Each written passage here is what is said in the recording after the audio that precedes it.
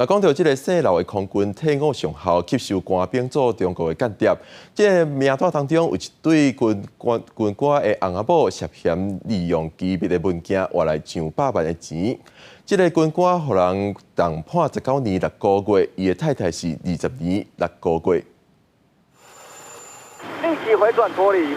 行为联邦安全国军真拍拼，也毋过一名姓刘的上校为空军退伍了后，颠倒改行做间谍。涉嫌吸收7名现役军官替中共刺探咱国的军情，反疑2伊为大陆发展组织罪等判刑20年，没收犯罪所得1760万，吸收的军人名单，搁较看到军官翁仔某同技术伫外口欠销，只要交付机密文件，就会当换每一笔上悬10多万的空米奖，也双双重判19年半到20年半。除了军官之外，连文化部也传出内鬼，公务员逼出轮做间谍。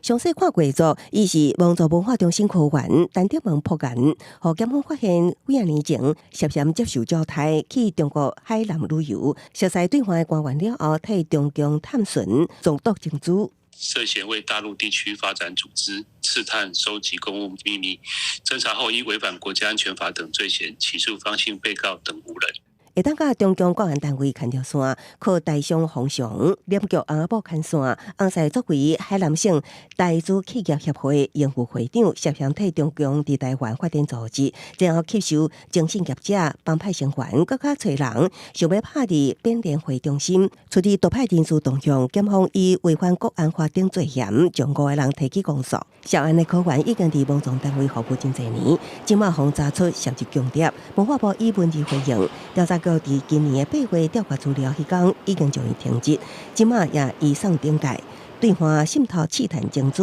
已经为军官到公务员、公部门安怎会当无谨慎咧？记者综合报道。